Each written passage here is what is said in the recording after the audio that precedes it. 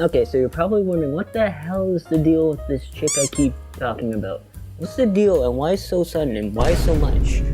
Okay, maybe you weren't that curious, but since today marks 3 months since I first encountered her, I thought it would be fun to explain her in a bit and highlight the projects she has inspired out of me. Okay, so you probably already know that I am heavy into video game music. It's the type of music I have the most natural exposure to, and it's one of the funnest entertainment loops to explore because there are so many games that would otherwise be fairly mediocre if the music from that game didn't go as hard as it freaking did. Sonic was the pinnacle of that for me, as many Sonic games are honestly kind of mediocre in a gameplay perspective. Heck, some of them are atrociously unfinished. But what always carries those games is, like, first of all, cool character design. Sonic's cool. But mainly the incredible effort they put into the music, especially the vocal tracks that most of the modern games tend to feature.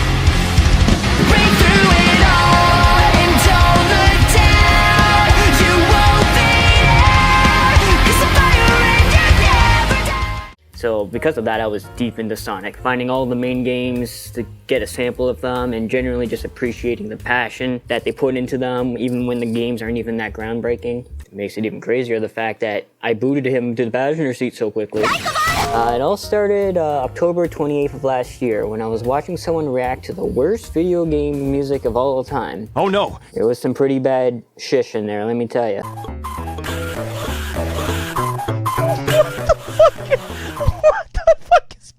In this game. But anyway, it was a competition kind of thing, and like many streamers, the people who donate to him get to leave a pronounced comment for them. Well, not in the active competition, one of the donor messages wanted to check out this song they thought was kind of funny. What it also was... So this is the first instance of recorded vocals in a level theme in a video game.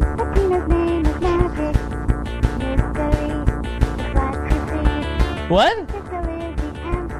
Can you speak up? This is my Discord girlfriend on karaoke night. What? Your mic is broken, kitten. Oh, it's this song? I know this track. Curious and fascinated by this. Video game vocal themes are what make Sonic so special. And you're telling me that this is the first vocal themes ever in a video game? I was so curious. What was this game? What year was it? Why did he say, oh, it's this song? And who is this chick? And why is she kind of cute? Well, my curiosity got to me because before long I found out the year was 1987, the character's name was Athena Asamiya, and the game was called...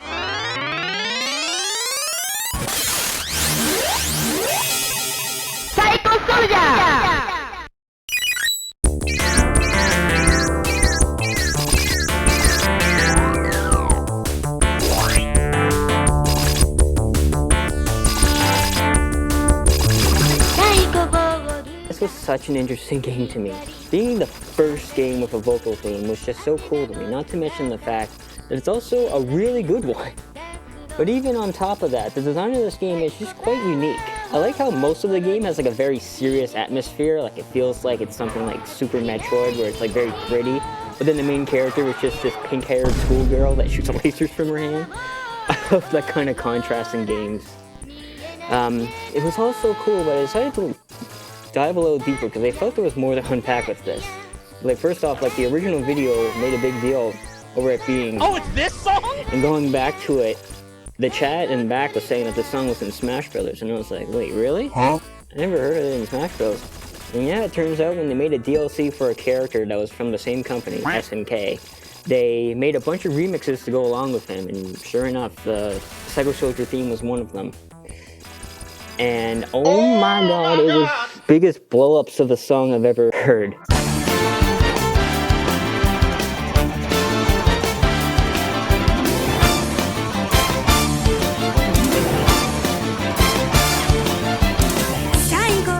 Remember, this is a game that no one has heard of. I didn't need to go this amazingly hard with it, but I think because of it being the first vocal track and therefore being an important part of gaming music as a whole, they saw it as important to represent it in that light. The main director of Smash Brothers actually went into detail on just how much effort they put into this remix. They didn't really have to go this hard with the remix. It has nothing to do even with the character they added. But again, that's why I love the hell out of it.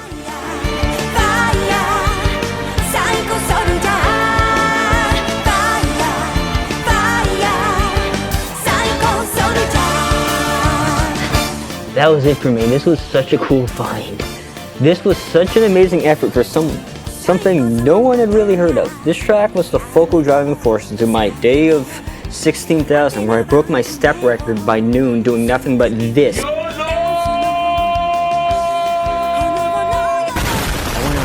From there, I found the original cassette version of the song that inspired the Smash remixes.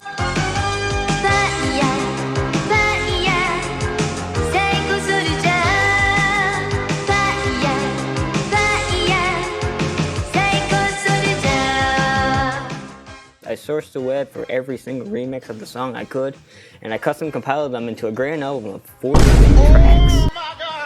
I also looked into what else Athena has done, which is primarily being a character in the SNK's fighting game King of Fighters, which I also got myself a little bit into through her inclusion.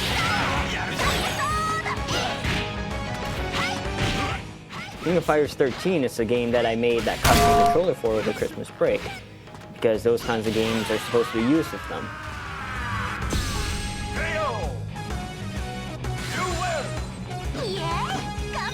Bruh.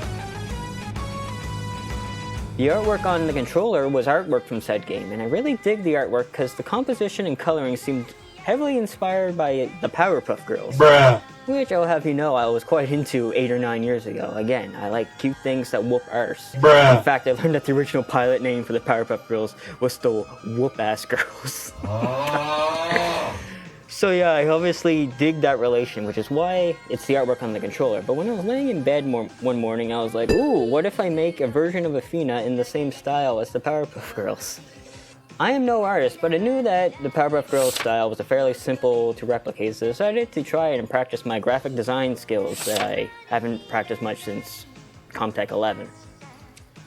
This is where I created this illustration, which I was quite proud of. So much so that I continued developing her and improving her and got her in a different stance. And then I got into trying to getting her animated. Did a bunch of iterations of that, and it was fun to find out that my frickin' graphing calculator did it the best. It's funny, I love you, Desmos.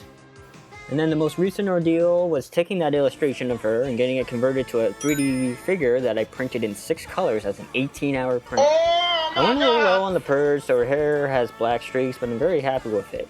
I only ever do these big multicolor prints when I really feel it's worth it. I think a character bordering being my own creation deserves that. So yeah, that's sort of the nutshell on what she is and how she keeps me entertained for 3 months. Hope you enjoyed my story and at least found it entertaining, because it was quite fun to make, and yet another side quest that Athena inspired me to do. God, she gets me anywhere. Anywho, cheers. YOLO!